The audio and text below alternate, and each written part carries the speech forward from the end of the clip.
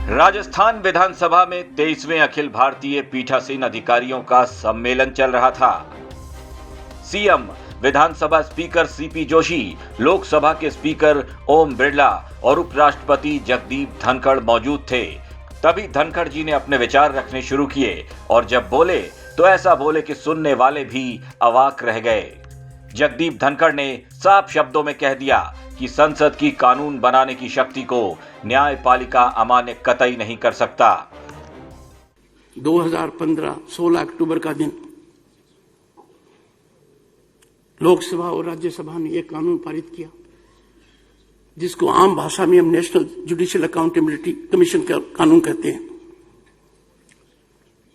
लोकसभा में सर्वसम्मति से वो कानून पारित हुआ, सर्वसम्मति से।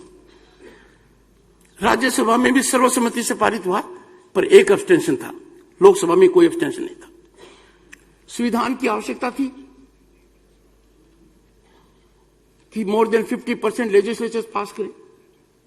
Rajasthan legislature was the first one in the country to ratify it. ऐसे कानून को 16 अक्टूबर 2015 को 4:1 में सर्वोच्च न्यायालय ने निरस्त कर दिया। This is not a challenge to judiciary, this is believing in the constitution, this is believing in democracy. दुनिया में ऐसा कहीं नहीं हुआ है। पर इसके बाद दूसरी जो समस्या है वो कार्यपालिका के लिए है। पार्लियामेंट ने कानून दिया, 16 असेंबलीज ने उसको रेटिफाई किया।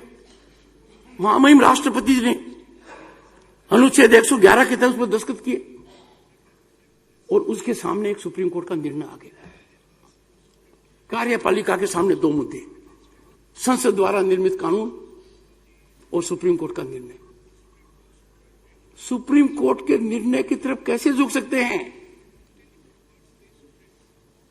How can parliament sovereignty be compromised? ये मुद्दा आपके लिए है। किसी भी परिस्थिति में जो लोग यहां बैठे हैं पीठासीन अधिकारी, we can't be complainants, we have to serve this nation, we can't be in confrontation, we have to be in coordination, we have to be in collaboration, and I am sure everyone will rise. Lok Sabha speaker Om Birla ने भी उपराष्ट्रपति की बात से 100% सहमति जताई। बिरला ने कहा कि सबको अपने अधिकार क्षेत्र में रहकर ही काम करना चाहिए। सभी स्पीकर कॉन्फ्रेंस के माननीय सदस्यों का मानना है जो संविधान के अंदर अधिकार और क्षेत्राधिकार उसका आपस में सम्मान करें और सभी, चाहे कार्यपालिका हो, चाहे न्यायपालिका हो, चाहे विधायिका हो, आपस में सामंजस्य से देश के लोकतंत्र को मजबूत करें और संविधान के अनुसार देश चले, इसके लिए समय समय पर चर्चा संवाद होती रहती है। स्पीकर कॉन्फ्रेंस में पहले केवड़िया में भी इस विषय पर एक लंबी डिबेट चर्चा हुई थी कि कोई भी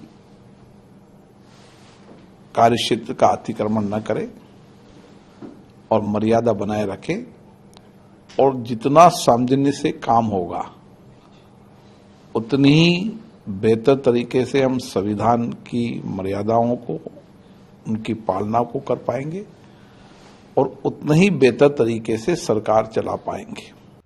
विधानसभा अध्यक्ष सीपी जोशी ने भी ओम बिरला और जगदीप धनखड़ की बात से पूरी तरह से अपनी सहमति जताई। उन्होंने कहा कि सबको अपने अधिकारों का ज्ञान है और इसका सही उपयोग भी होना चाहिए। न्यायपालिका, विधायिका और कार्यपालिका के जो कॉन्स्टिट्यूशन में बैलेंस एम्फेसिस किया गया कि लक्ष्मण रेखा पार नहीं करेंगे, पर हमने देखा है कि कभी कभी ऐसा महसूस होता है कि विधायिका को महसूस होता है कि जुडिशरी ओवररीच कर रही है, कभी जुडिशरी को होता है एग्जीक्यूटिव ओवररीच कर रही है। तो ये सम्मेलन होते हैं, उस सम्मेलन में हम इन चीज़ों को रेखांकित करते हैं और कोशिश करते हैं कि जो संविधान के अंतर्गत उत्तरदायित्व दिया गया है वो विधानमंडल के माध्यम से विधायिका और कार्यपालिका और न्यायपालिका के बीच में जो संतुलन वो बनाए रहे। अभी लेटेस्ट आपने देखा होगा कि जब उपराष्ट्रपति जी अपना नया जो असाइनमेंट ज्वाइन किया था, तब उन्होंने एक कमेंट किया था कि जो जुडिशरी के जो कॉलेजियम है उसके संबंध में आपने देखा होगा कि एक चर्चा चल रही है संसद में, संसदीय लोकतंत्र में, कि जुडिशरी का जो अपॉइंटमेंट है वो कॉलेजियम के माध्यम से हो या जो कानून पास करने का अधिकार है संसद का उसके अंतर्गत हो। ठीक इसी प्रकार आपने देखा होगा कि विधायिका की अकाउंटेबिलिटी ज़्यादा होती, जनता चुनती है विधायिका को, और विधायिका में जिस पार्टी का बहुमत होता है वो एग्जीक्यूटिव का भूमिका निभाते हैं। एग्जीक्यूटिव को प्रभावशाली ढंग से अंकुश रखने के लिए नंबर ऑफ डेज ज़्यादा होने चाहिए हाउस की। यदि विधायिका अकाउंटेबल एग्जीक्यूटिव के प्रति है और विधायिका जनता के प्रति अकाउंटेबल है, तो ये संसदीय लोकतंत्र में अपेक्षित है कि ज़्यादा से ज़्यादा विधानमंडल और संसद की कार्रवाई चले। ये भी एक मुद्दा है जो विधानसभा के पीठासीन अधिकारियों के बीच में चर्चा करते रहे। नियम बने हुए हैं, लेकिन नियमों के कारण जिस प्रभावशाली ढंग से विधानमंडलों की कार्रवाई दिनों चलनी चाहिए वो नहीं चल रही है। मैं बराबर इस बात को हर सम्मेलन में उठा रहा हूँ। सीएम अशोक गहलोत ने भी जुडिशरी पर अपनी प्रतिक्रिया दी। उन्होंने कहा कि न्यायपालिका का वो पूरा सम्मान करते हैं, लेकिन कभी कभी सरकार के काम में दखल दिया जाता है, जिससे सरकार की परेशानी भी बढ़ती है। जुडिशरी के साथ में थोड़ा डिफरेंशियल भी आते हैं कि कानून बनाते हैं हम लोग, वो अपनी अलग व्याख्या करते हैं। कई बार लगता है कि जुडिशरी हस्तक्षेप कर रही है हमारे कामों के अंदर,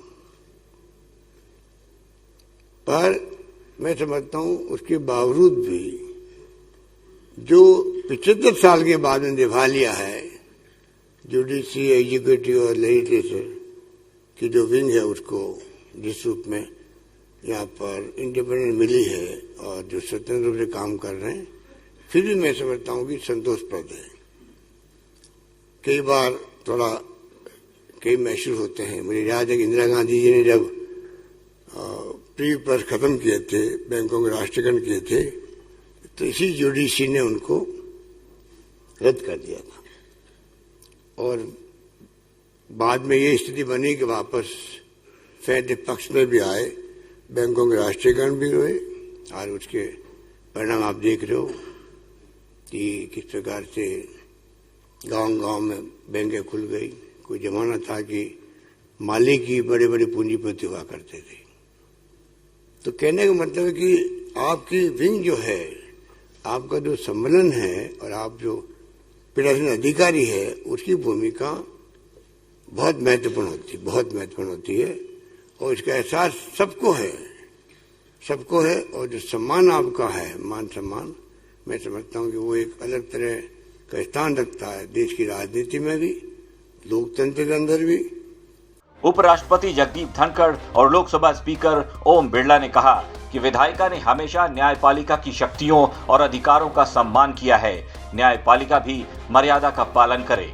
उम्मीद की जाती है कि जो संवैधानिक अधिकार मिले हैं उनके उपयोग में संतुलन बनाए रखा जाएगा, क्योंकि जब सब लोग मिलजुल कर काम करेंगे तभी देश का संविधान भी मजबूत रहेगा। ब्यूरो रिपोर्ट, राजस्थान तक।